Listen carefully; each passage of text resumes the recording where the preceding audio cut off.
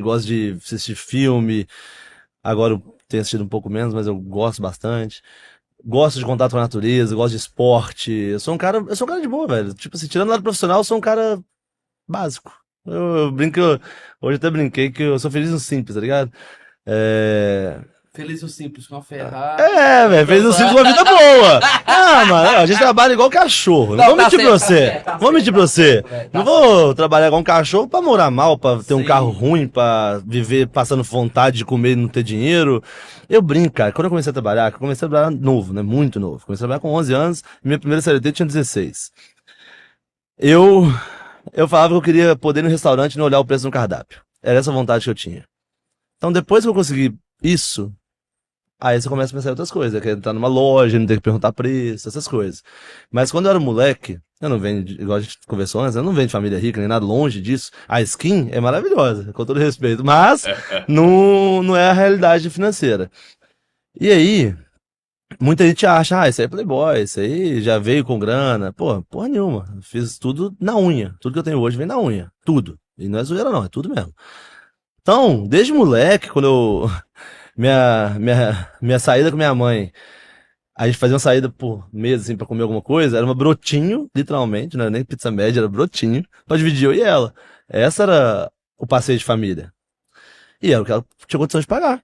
Então, desde essa época, eu falava, mano, um dia eu quero ter dinheiro pra ir no restaurante e não ter que olhar preço e cardápio, tá ligado? E é isso. Então eu comecei, acho que por isso eu gosto tanto de comer também. Porque, cara, eu tinha uma meta. Depois, eu, graças a Deus, bati essa meta. Eu comecei a ter outras metas. Então esse é o Daniel. O Daniel é um cara que vai atrás do que sonha e não desiste, não, mano. Isso eu te falo, não desiste. Se eu tiver 1% de chance de dar certo, eu sou retardado o suficiente pra acreditar que vai dar certo. E, cara, como é que foi seu início no digital como empreendedor? O que virou essa chave? Porque você já falou uma coisa que você já tinha na cabeça que é não ter que é, olhar para o preço de um produto, um restaurante, É, enfim. Mas o que virou de verdade essa chave para pra você deixar para claro, a poder? carta de vinho eu ainda olha o preço. Carta de vinho eu Entendi. ainda olho. Ainda. Ainda olho. Mas vamos lá, velho. O que acontece? Eu venho do varejo, né? Eu comecei muito novo. Depois de começar bem novo mesmo, eu fui pra estagiário de uma empresa de TI. Depois eu fui pro varejo mesmo, eu fui trabalhar na Chili Beans. Na Chili Beans eu caminhei lá dentro um ano e pouco. Foi uma experiência maravilhosa, foi uma escola, né? Eu acho que todo mundo que gosta de vendas deveria ter trabalhado na Chili Beans uma vez na vida. O Caíto, ele é um gênio. O Caíto é um cara diferenciado e ele soube fazer uma cultura absurda. E aí, eu saí da Chili Beans e fui ter minha própria loja. Comecei a ter minha loja, fiquei com a loja 4 anos e meio. Era uma loja que chamava Pink Biju, tinha várias no Brasil todo, era uma franquia. E ali foi minha primeira escolha errada. É, Eu, na época, a gente tinha dinheiro pra investir, era eu e meu tio, ou numa Pink Biju, ou numa Cacau Show. A gente olhou pro Cacau Show e falou, chocolate, mano, não é possível. Cacau Show isso é 2011, tá? 2011, 12. Então, assim, Cacau Show, 14 anos, ela cresceu muito, né? Naquela época ela não era tão grande ainda, apesar de ser gostoso já o seu chocolate e tudo mais, mas não era tão gigante. E aí eu lembro que a gente olhou e falou assim, bijuteria a mulher usa toda hora, né? Então vamos na Pink Biju. Então acho que foi a primeira escolha errada que eu fiz na vida ali, tanto que eu quebrei, né? Então tá provado que foi errada. Depois disso tive bar, 2 bares aqui na região sul de BH. O Rhapsodes Bar e o Prêmio Savassi. O Prêmio Savassi era o melhor bar da Savassi, disparado. Música ao vivo todo dia, era muito bom. E aí, em 2018, cara, o bar eu ainda tinha o bar. Eu falei, cara, não dá pra eu ter todas as. Eu já tinha quebrado, né? Eu tinha quebrado 2 vezes, tinha quebrado um bar e a loja, então eu tava com um bar só, mas faturava bem. Mas eu falei, cara, eu não posso ter todos os meus ovos de ouro em uma cesta só, que era o bar. E aí eu abri uma consultoria empresarial. Que eu comecei a fazer mais treinamento de vendas, varejo, atendia muita loja de shopping. A Via Baby mesmo era o nosso principal cliente. A gente fazia treinamento lá todos os anos. E, e eu tava fazendo uma consultoria em São Paulo para um cara chamado Rafael Baltresca. Rafael Baltresca é um dos maiores hipnólogos do Brasil. É um cara muito, muito massa. E eu tava lá na empresa dele, eu não esqueço disso, mano. Eu tinha 25 anos, mais ou menos, era 18. E entrou um moleque, que devia ter seus 18, 19 anos, mano. Mas você sabia que o cara tinha dinheiro. Eu olhava pra ele e falava, mano, esse cara tem dinheiro. Aí eu falei, Bal, o que que esse moleque faz? Aí ele vende meus cursos online. Eu falei, Bal, eu tô fechando minha consultoria a partir de agora, tem uma agência de marketing. Eu sou formado em administração, né? É, tenho MBA, dois MBAs, um voltado para gestão empresarial e outro para marketing. Hoje, eu sou professor de MBA da PUC Minas, vendas consultivas para empresas B2B. Então eu gosto da parte de ensino, eu gosto de falar essa parte porque eu não caí de paraquedas também na agência. Quando eu falo isso, parece que eu resolvi, não. Eu peguei, estudei o mercado e abri a agência. Quando eu vi que esse orçamento dava dinheiro, quando eu vi esse moleque com dinheiro. E aí veio a agência. Então a agência ela surgiu por causa desse moleque. Talvez se eu não tivesse visto esse moleque nesse dia, eu teria mantido a consultoria, que tava indo bem, não tava indo mal, ganhava um bom dinheiro. Talvez tivesse mantido a consultoria. Só que quando ele chegou lá, eu falei, caralho, velho, tipo assim, não faz sentido, tá ligado? Esse menino tem mais que eu. Por que que ele tem mais que eu? Aí eu fui descobrir o mercado do infoproduto. O famoso, na época, arrasta pra cima, né? Todo mundo queria ter 10 mil seguidores pra falar arrasta pra cima. Coisa mais retardada do mundo, mas que realmente dava muito certo. E aí, quando eu entrei nesse mercado, nesse universo, aí foi quando eu comecei a agência. E aí logo depois veio a pandemia. Aí foi. E assim, foi uma jogada de mestre, né? Porque imagina você com bar apenas na pandemia. Na pandemia, quase que eu quebrei o bar e a agência. Por quê? Meu bar, em Belo Horizonte, nós ficamos 8 meses fechados. Meu bar era um bar grande, a gente tinha bastante funcionário, custo alto. E eu e meu irmão, a gente, quando começou a pandemia, um olhou pra cada outro e falou assim: quanto tempo? Quanto tempo você vai ficar fechado esse trem? Dois excelentes doctors, né, que somos, né, médicos de primeira linha, falamos assim: 3 meses? Tá, uns 3 meses. E aí, os dois, não vou falar essa palavra, não, os dois gênios que fomos, queríamos reformar o bar. Desde antes. Mas foi desde antes. A gente já vinha disso de 2019. E aí a gente sempre falava assim, vamos reformar não, que vai ficar parado uma semana, pô. Faturamento e tal. Quando veio a pandemia, a gente falou, é agora. Vou reformar esse boteco. Reformamos, ficou lindo o bar. Lindo pro próximo, né? Porque pra nós a gente nem aproveitou. Foi lindo pro próximo. Pro DAI, da Baiana do Acarajé. O Baianas Bar, onde tem o Baianas Bar hoje na Savassi, era o nosso bar. E aí, cara, a gente reformou o bar, passou o primeiro mês, a gente falou, beleza, vamos se ferrar aqui nos juros do cartão, vamos aguentar 2 meses, quando reabrir a gente paga tudo. Beleza. Passou o segundo mês, passou o terceiro mês, passou o quarto mês, o quinto mês, aí foi indo. E em paralelo tinha a agência. E na agência, como eu faturava bem, igual eu falei pra vocês, não vou mentir, eu tinha uma grana. Quando eu comecei no mercado, o que que eu fiz? Falei, cara, eu não entendo desse mercado, eu quero entender. Eu fui lá e de cara comprei a mentoria do Érico Rocha, o Insider, né? Então, de cara, investimento de 50, 40 pau, 50 pau, sei lá. Então, eu tinha uma dívida pra pagar, que era a mensalidade lá do cara. Eu tinha o bar fechado, me gerando 3 a 4 mil por dia de dívida. Porque cada dia fechado era mais ou menos esse o custo. E aí eu falei assim, cara, e agora? Então acontece, eu não consegui surfar essa onda digital que a galera surfou. Ô, mano, você conseguiu auxílio emergencial? Eu queria ter pegado, tá? Eu queria ter pegado. Inclusive, eu acho que eu merecia, critique quem quiser, eu acho que eu merecia por tudo que eu tava passando. Mas assim, sendo honesto pra você, cara, eu não conseguia concentrar. Eu chegava na agência, velho, tinha dia, e dessa época era eu e mais um que tá comigo até hoje, inclusive.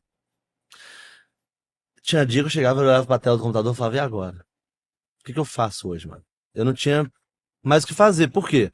Quando eu entrei no Insider, a gente entrou e pegou duas experts, né, pra fazer lançamentos. De cara a gente começou a ganhar dinheiro. A gente investia 2 mil, ganhava 15. Falei, opa, dá dinheiro esse negócio. Só que aí, quando veio a pandemia em março, a gente já tinha feito 2 lançamentos cada uma delas. Uma vendia como se tornar um consultor empresarial. Ela se chama Eugênia Miranda, ela é pica, ela é muito boa mesmo. Ela é de Pernambuco, de Recife. Ela faz uma grana no offline, ela é realmente grande no mercado. Então ela vinha, mano, ela vinha com autoridade, era boa. A Eugênia, ela até se chamava de médica de empresa, ela é realmente muito boa. Só que quem vai se tornar consultor empresarial? Ninguém sabia quando ia abrir as coisas, pô. Então ninguém queria comprar mais o curso. Beleza, então perdemos uma expert.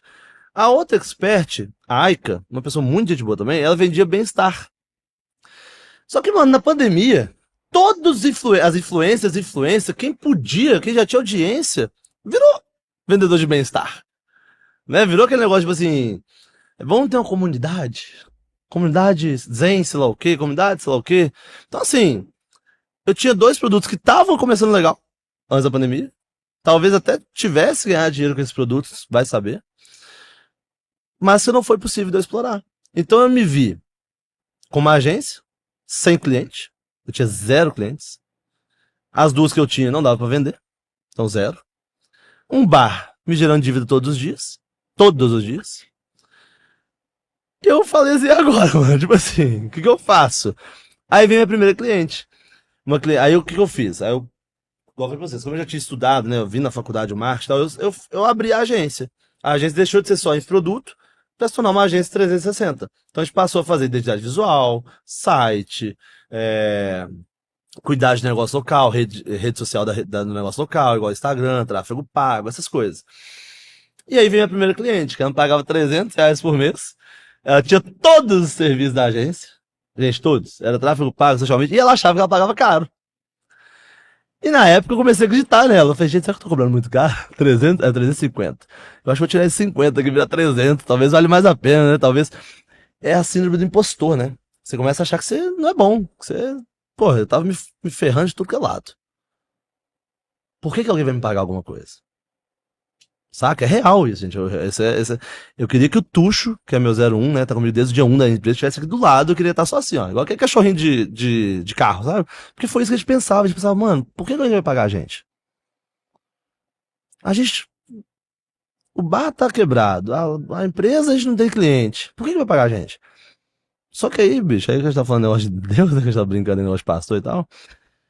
Cara, eu botei o joelho no chão e fui orar e falei, bicho, vambora. O que eu faço agora? Como é que vai ser e tal?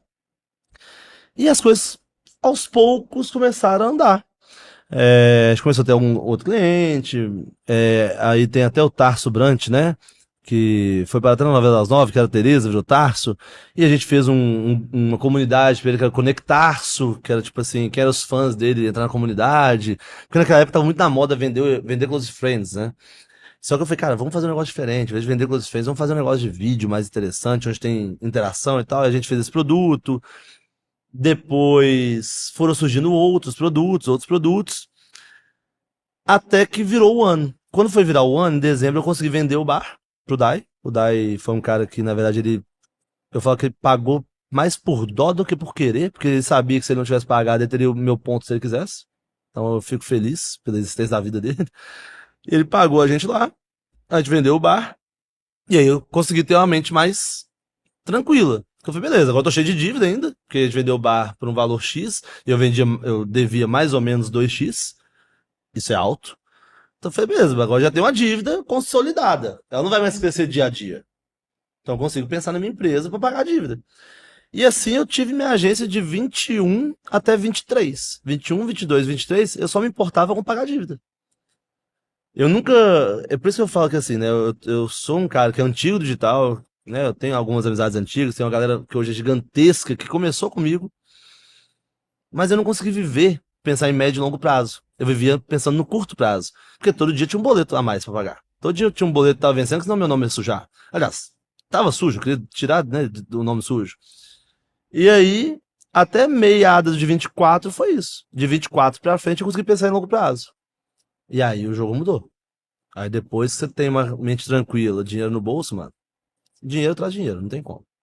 O pessoal fala, porque o rico fica, até a música, né? O rico fica mais rico e o pobre fica mais pobre. É a realidade. Porque o rico tem dinheiro, então ele faz mais dinheiro. Então, a partir do momento que você tem dinheiro pra você investir, pra você arriscar, pra você tentar novos negócios, igual hoje. Hoje não tem, não é só agência, né? Hoje é uma hold, hoje são 4 empresas. Então, quando você começa a ter como fazer algo a mais, você vai. Se você viveu, é por isso que a gente fala, né? Tem aquele livro, não sei se vocês já viram, que é Quem Comeu Meu Queijo, que é o do Ratinho. Minha esposa tá lendo ele. É o melhor livro que existe. O melhor livro que existe pra você dar uma despertada. Que é o quê? O rato vai lá, pega o queijo, põe no mesmo lugar. Chega o outro rato e rouba. E assim é a vida inteira do rato. Então, o rato quase morre de fome por causa disso. Então, tipo assim, se você tá fazendo mais do mesmo, você tá só nessa parada de pensar no hoje, pensar no amanhã. Ah, eu vendo almoço pra janta. Por que quer, mano? Por que quer? Ah, não, porque você não conhece meu negócio. Porque você quer. Tem como ser melhor. Só que você tem que parar e pensar de médio e longo prazo. Enquanto você pensar na conta que tava pra vencer, você nunca vai prosperar de verdade. Ninguém. E eu não prosperava. Então eu falo porque eu vivi isso. Eu pensava todo dia, o que eu tinha que pagar no outro dia. Quando eu pude não pensar no outro dia, pude pensar daqui 3 meses, eu falei, opa, agora tem 3 vezes ganhar dinheiro. E assim foi. Cara, e assim, como é que